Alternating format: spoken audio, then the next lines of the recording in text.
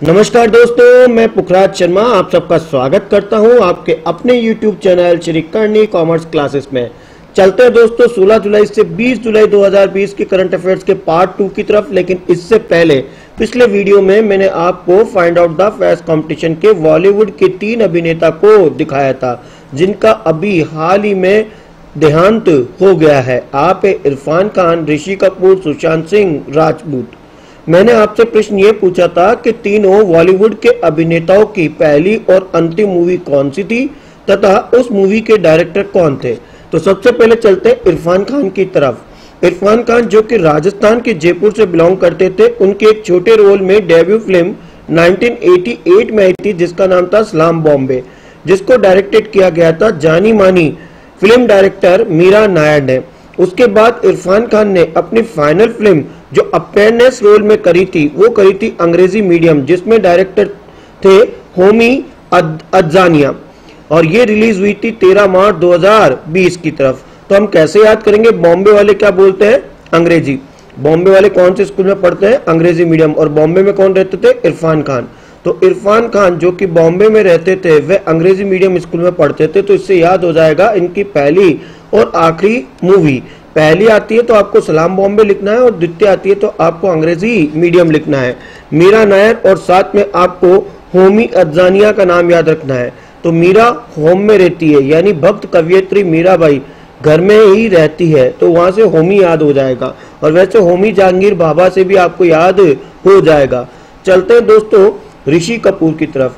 जी हाँ, ऋषि कपूर की debut film थी मेरा नाम जोकर, जो कि 1970 के दशक में आई थी और जिसको डायरेक्टेड किया गया था राज कपूर के द्वारा, जिनमें एक बचपन का किरदार निभाया था राज कपूर का ऋषि कपूर ने। उसके बाद जो ऑफिशियली मूवी जो फर्स्ट आई थी वो आई थी बॉबी। बॉबी 1973 में आई थी जिसको डायरेक्टेड किया गया था के.एस. रविंद्र के द्वारा। और इनकी फाइनल फिल्म जो अपेयरनेस के अंदर थी वो थी द बॉडी, जो 2019 में रिलीज हुई थी, जिसको डायरेक्टेड किया गया था जीतू जोसेफ के द्वारा। इमरान हाशमी इनके सामने इस रोल के अंदर थे द बॉडी के अंदर। तो हम याद करने का तरीका बड़ा इजी तरीका है। मेरा नाम जोकर है, ये बॉबी बोलती है। मेरा नाम जोकर जो बॉबी है और एक बॉडी है, यानी एक बॉडी के रूप में मेरा नाम जोकर हो गई है और बॉबी। तो बॉबी, बॉडी और मेरा नाम जोकर, इनके ऊपर आपको ज्यादा फोकस करना है। राज कपूर डायरेक्टर होंगे मेरा नाम जोकर के और बॉबी के के.एस. रविंद्र, तो द बॉडी का जीतू जोसेफ जे। उसके बाद चलते हैं दोस्तों सुशांत सिंह राजपूत की तरफ। जी हाँ, सुशांत सिंह राजपूत जो कि बिहार के रहने वाले थे, जिन्होंने कम उम्र में ही ज्यादा अपनी गुडविल क्रिएट कर ली थी। उन्होंने स्टार्टिंग जो डेब्यू मूवी करी थी वो करी थी दोस्तों काई पूछे, जो कि एक ड्रामा मूवी थी जिसको डायरेक्टेड किया गया था अभिषेक कपूर के द्वारा, जो 2013 में रिलीज हुई थी। उसके बाद जो लास्ट मूवी सुशांत सिंह राजपूत की थी दोस्तों वो थी दिल बेचारा, जो 2020 में रिलीज हुई थी और मुकेश छाबड़ा इसके डायरेक्टर थे। तो काई पूछे मेरा तो दिल क्या है बेचारा। तो सुशांत सिंह राजपूत पूछ रहे हैं कि मेरे से, जैसे अपन किसी से बोलते हैं हाउ डू यू डू, तो वो पूछने की हालत नहीं है, मेरा तो दिल छोटा सा क्या है बेचारा। तो काई पूछे और दिल बेचारा पे आपको ज्यादा ध्यान देना है। उसके बाद चलते हैं दोस्तों बुक्स एंड ऑथर की तरफ। और अभी हाल ही के अंदर मैं आपको लेकर चलता हूँ अरुणाचल प्रदेश। अरुणाचल प्रदेश के सीएम पेमा खांडू ने हाल ही में एक बुक रिलीज करी है जिसका नाम an anthologistic study of the critical endocrine group of Arunachal Pradesh. ये एक किताब जिसके अंदर ये बताया गया है कि किस तरह से हम आगे बढ़ सकते हैं, अरुणाचल प्रदेश किस तरह से जनजातियों के द्वारा आगे जा रहा है। तो अपन को याद करने का तरीका द टेंगामेस यानी द ट्रायंगल से याद कर लेंगे। और ट्रायंगल जो है वो कहाँ पे बनता है दोस्तों? अरुणा बनाती है, तो उससे याद हो जाएगा Arunachal Pradesh.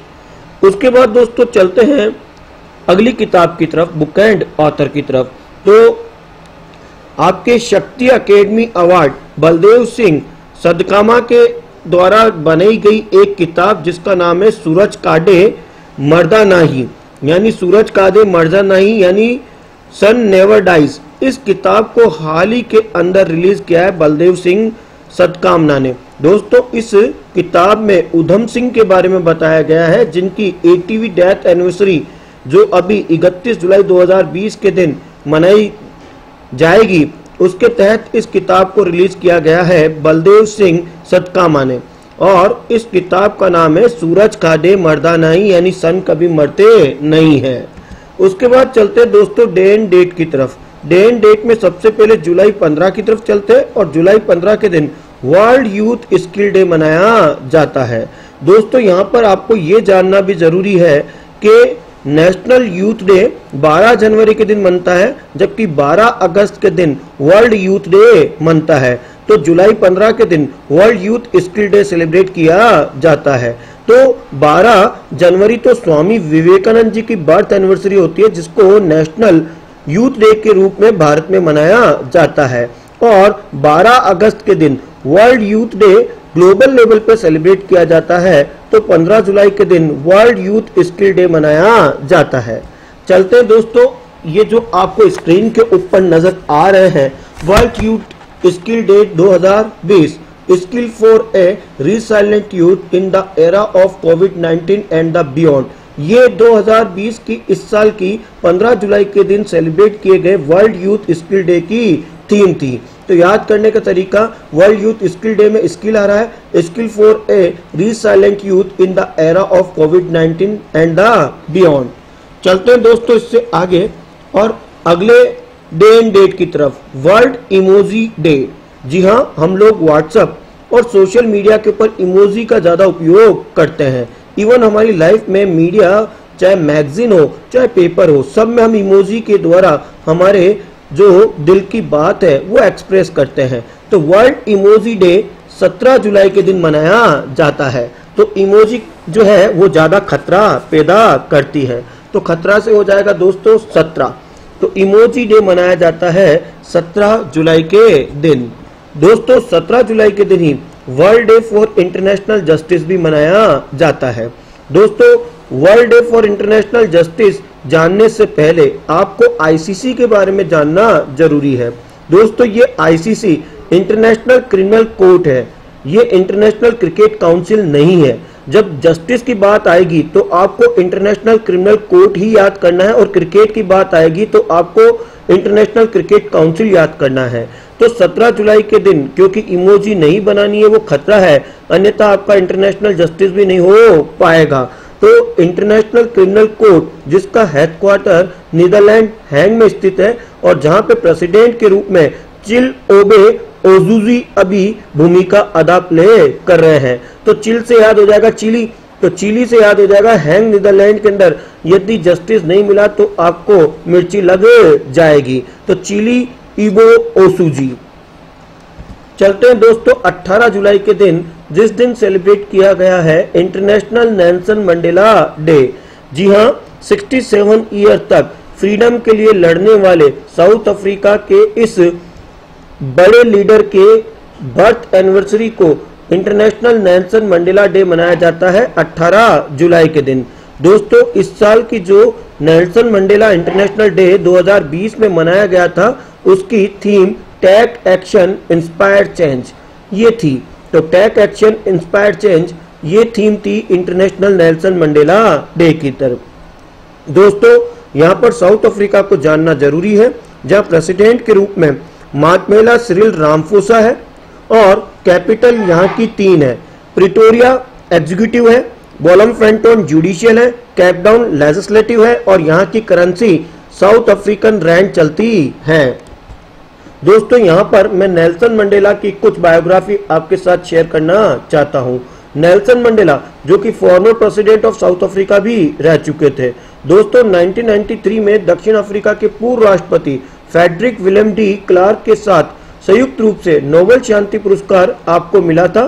President medal of freedom से आपको नवाजा गया था, ऑर्डर ऑफ लेनिन के द्वारा आपको नवाजा गया था, और भारत सरकार ने भारत रत्न इनको 1990 बाबा साहब अंबेडकर के साथ में जॉइंटली शेयर किया था। उसके अलावा पाकिस्तान ने इनको निशान पाकिस्तान के अवार्ड से जो है वो अवार्ड दिया था, और 23 जुलाई 2008 के दिन गांधी शांति पुरस्कार से भी नेल्सन मंडेला को नवाजा गया था। दोस्तों नेल्सन मंडेला की कुछ फेमस किताबें, हालांकि इन्होंने बहुत सारी किताबें लिखी क्योंकि ये फ्रीडम फाइटर थे, साउथ अफ्रीका की तरफ, जो कि साउथ अफ्रीका के लिए 67 ईयर तक लड़े भी थे। और आज भी 67 ईयर का हम जो है मौन एक 18 जुलाई के दिन रखते हैं नेल्सन मंडेला के लिए। तो नेल्सन मंडेला के द्वारा लिखी गई जो फेमस किताबें जो अधिकतर पूछी गई है पिछले कॉम्पिटिटिव एग्जाम में, उसमें long walk to the freedom, उसके अलावा conservatism with my self and the prison letter of Nelson Mandela, dare not linger the presidential year and the struggle is my life etcetera. दोस्तों आपको यहाँ ये भी जानना जरूरी है कि नेल्सन मंडेला की बायोग्राफी और इनकी किताबों का जिक्र सीबीएसई के द्वारा क्लास 10th की इंग्लिश बुक में भी किया गया है। चलते हैं दोस्तों United Nation Nelson Mandela prize. जी हाँ, इस साल का United Nation Nelson Mandela prize 18 जुलाई के दिन घोषित किया गया। और इस साल जो ये नेल्सन मंडेला प्राइज दिया गया नेल्सन मंडेला एनिवर्सरी के दिन, वो दिया गया दोस्तों मोरिसाना कोयोते और मारियाना वार्जुएंजा को। तो इस साल के जो नेल्सन मंडेला खिताब दिए गए उन दोनों में आपको मोरी मारी याद रखना है। क्या याद रखना है दोस्तों? मोरी और मारी। तो किसके मारी नेल्सन मंडेला ने? तो मोरी नहीं मारी नेल्सन मंडेला ने, क्योंकि देखिएगा दोनों के नाम में आपको मेरियाना है और यहाँ पे मोरिसाना है। तो मेरियाना मोरिसाना, मेरियाना मोरिसाना, उससे याद हो जाएगा। दोस्तों यहाँ यूनाइटेड नेशन जनरल असेंबली के बारे में आपको जानना जरूरी है, जहां पे तिजानी मोहम्मद बांदे एज ए प्रेसिडेंट के रूप में रोल प्ले कर रहे हैं। और प्रेसिडेंट जो इलेक्टेड है यहाँ पे वो वोल्कन वॉस्कियर है, जिसका हेडक्वार्टर यूएनजीए का New York United state of America में स्थित है। दोस्तों ये बायोग्राफी थी नेल्सन मंडेला के बारे में। उसके बाद चलते हैं इंटरनेशनल चेस डे। जी हाँ, शतरंज जिसे हम कहते हैं। तो अंतर्राष्ट्रीय स्तर के ऊपर शतरंज दिवस 20 जुलाई के दिन मनाया गया पहली बार। इस साल 2020 के अंदर 20 जुलाई के दिन वर्ल्ड चेस डे सेलिब्रेट किया गया। तो याद करने का तरीका दोस्तों 2020 यानी 3 बार 2020 लिखना और बीच में फर्जी फिगर डालना, जो कौन सा होता है सर के अकॉर्डिंग 7। तो 20/7/2020 के दिन पहली बार इंटरनेशनल चेस डे सेलिब्रेट किया गया फिडी के द्वारा। यहाँ फिडी को जानना जरूरी है दोस्तों, ये एक बहुत बड़ी संस्था है जो चेस के लेवल के ऊपर है। जैसे क्रिकेट पे आईसीसी होता है और फुटबॉल में फीफा होता है, वैसे ही चेस के ऊपर जो इंटरनेशनल संस्था है उसका नाम FIDE यानी फिडाई के नाम से जानते हैं, जिसका हेडक्वार्टर स्विट्जरलैंड के लुसाना में और जहाँ पे प्रेसिडेंट के रूप में अर्काडी डोक्रिच है। और इसकी स्थापना क्योंकि 20 जुलाई 1924 के दिन हुई थी, इसलिए इस साल 20 जुलाई 2020 के दिन पहला वर्ल्ड चेस डे मनाया गया। दोस्तों इसकी स्थापना पेरिस फ्रांस में हुई थी, परंतु वर्तमान में इसका हेडक्वार्टर स्विट्जरलैंड के लुसाना में है। और इसके CEO के रूप में जियोफे डी बोरेक अपना रोल प्ले कर रहे हैं। दोस्तों उसके बाद चलते हैं the Toronto international film festival award की तरफ, जिसे हम टिफ के नाम से जानते हैं। जी हाँ, 45वां एडिशन टिफ का अभी घोषणा की गई और केटे विंसेंट को, जो कि ट्रिब्यूट एक्टर अवार्ड है, ये 45वां एडिशन टिफ का केटे विंसेंट को दिया गया। तो हम याद करेंगे दोस्तों, टिफ टफ है कांटे, क्योंकि जिंदगी जो है बड़ी टफ है, उसके ऊपर कांटे काफी होते हैं और कांटों से बन जाएगा दोस्तों कांटे विल्सन। तो केटे विंसेंट को इस साल का टिफ अवार्ड दिया गया। उसके बाद चलते हैं दोस्तों अपॉइंटमेंट की तरफ, और गैबून के अंदर अपॉइंटेड हुए हैं फर्स्ट वुमेन प्राइम मिनिस्टर रोज क्रिस्टियानी ओसुका रापोंडा। तो याद करने का तरीका रोज से हो जाएगा। अभी 2 मिनट पहले मैंने आपको कांटे बताया था, तो कांटे जहां होते हैं वहां रोज भी होता है, और जहां रोज होगा उसका गबन 100% होगा। तो गैबून में पहली महिला प्राइम मिनिस्टर के रूप में गैबून क्रिस्टियानी ओसुका रापोंडा को अपॉइंट किया गया है। तो टिफ अवार्ड जो दिया गया उसमें कांटे याद रखना है, तो कांटे को दिया गया। दोस्तों गैबून को जानना जरूरी है। गैबून जिसमें प्रेसिडेंट के रूप में अली बोंगो ओंडिम्बा और इसकी कैपिटल लीवरविले है, और जहां पे करेंसी के रूप में सेंट्रल अफ्रीकन CFA फ्रैंक चलती है। दोस्तों यहां पर आपको ये भी जानना जरूरी है कि Rose Christiane Ossouka Raponda first women prime minister of the Gabon जो है वो बनी है, और इन्होंने रिप्लेस करा है जूलियन नेकोबो बेकेले को। चलते हैं दोस्तों इससे आगे, और मैं आपको लेके चलता हूं साउथ अमेरिका कंट्री सूरीनेम में इलेक्टेड हुए हैं इंडियन ओरिजिन के चैन संतोषी एज ए प्रेसिडेंट। तो चैन संतोषी को हम जो है संतोषी माता से याद करेंगे, तो Santokhi as a president in Suriname. तो साउथ अमेरिकन की एक कंट्री है जिसका नाम सूरीनाम है, और वहां पे भारतीय मूल के संतोखी एज ए प्रेसिडेंट के रूप में इलेक्टेड हुए हैं। It's a proud of India. तो संतोखी ने जो रिप्लेस करा है दोस्तों, वो देसी बॉत्सुरे को रिप्लेस करा है। यहाँ पर आपको सूरीनेम के बारे में जानना जरूरी है। सूरीनेम जिसकी राजधानी परमारिवो है और जहाँ पे करेंसी के रूप में सूरीनेम्स डॉलर चलता है। ये साउथ अमेरिका महाद्वीप का एक कंट्री है और वहाँ पे संतोखी हमारे भारतीय मूल के एज ए प्रेसिडेंट चुने गए हैं। तो संतोखी को याद करने का तरीका दोस्तों संतोषी माता से याद करेंगे और संतोषी माता का नाम सुनते ही परम आनंद आता है। तो संतोषी माता से तो संतोखी बन जाएगा और नाम सुनने से सूरीनाम और परम आनंद से दोस्तों यहाँ की कैपिटल परमारिवो। उसके बाद चलते हैं दोस्तों आरबीआई के अंदर, यानी देश का केंद्रीय bank reserve bank of India.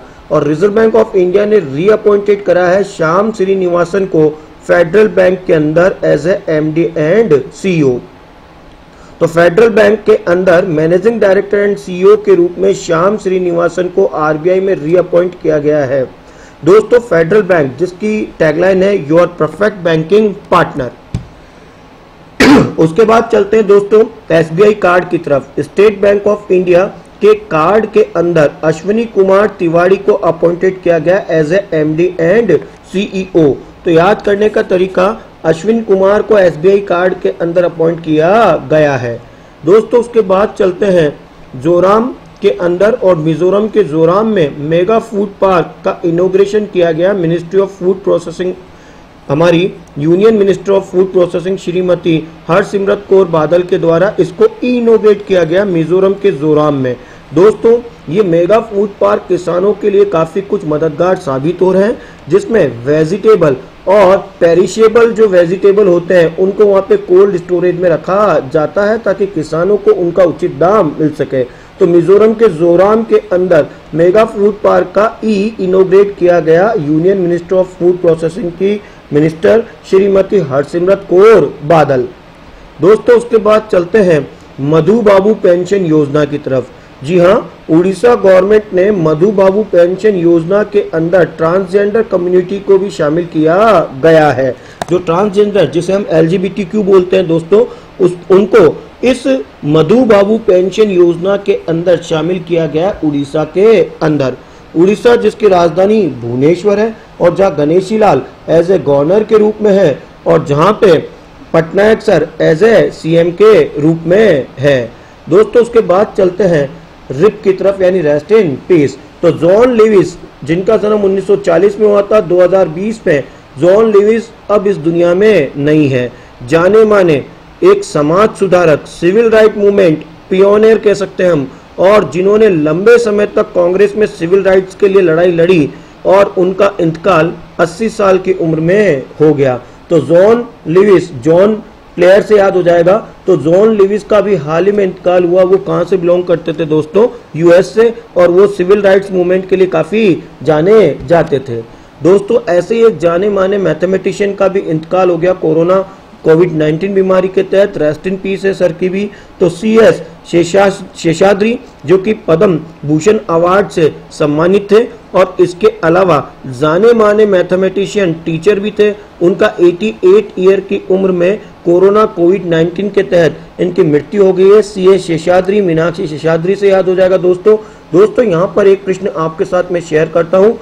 आपको ये बताना है कि मैथमेटिकल डे कब मनाया जाता है, और हिंट में दे सकता हूं दोस्तों दिसंबर में मनाया जाता है, और दिसंबर के यानी मैं कह सकता हूं 21 से 30 के मध्य मनाया जाता है, जिसका आंसर आपको कमेंट बॉक्स में लिखना है। दोस्तों उसके बाद चलते हैं रेस्ट इन पीस और लेके चलता हूं मैं आपको महाराष्ट्र। जी हाँ, नीला सत्यनारायण जो महाराष्ट्र की फर्स्ट वुमेन इलेक्शन कमिश्नर थी, अब इस दुनिया में नहीं है। कोविड-19 के तहत इनका भी इंतकाल हो गया है। तो Neela Satyanarayan as a first women election commissioner in Maharashtra जो अब इस दुनिया में नहीं है। उसके बाद रेस्ट इन पीस लेके चलते हैं दोस्तों हॉकिंस की तरफ।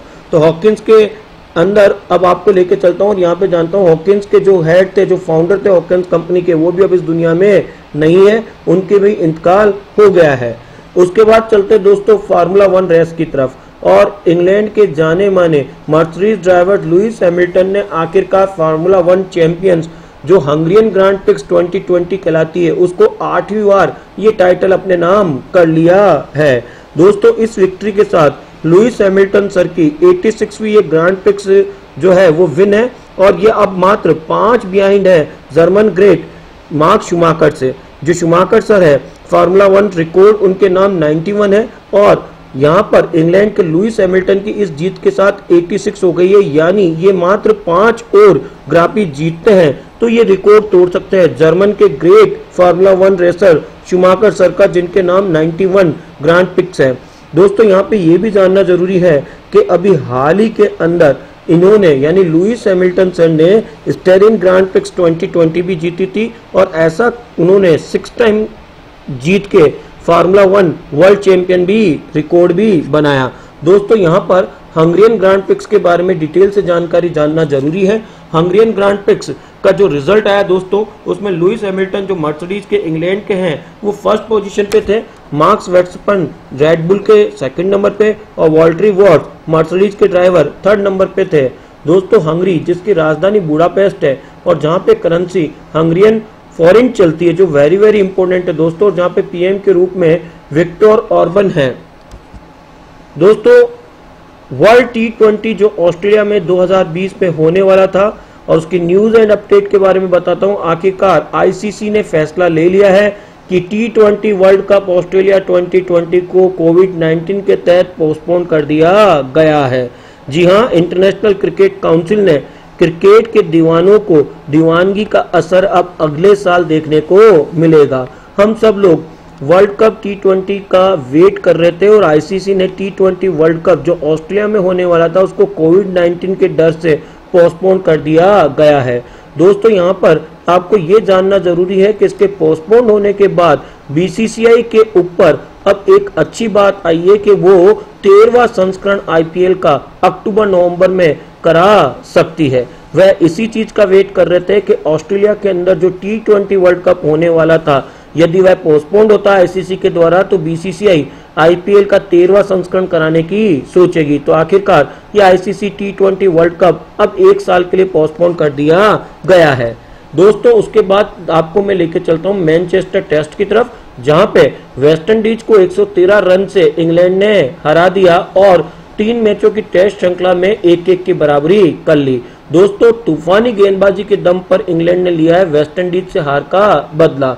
दोस्तों इंग्लैंड की तूफानी गेंदबाजी के आगे वेस्टइंडीज ने आखिरकार हथियार डाल दिए और 113 रन से इंग्लैंड ने सीरीज के पहले साउथम्पटन टेस्ट में मिली हार का बदला ले लिया है।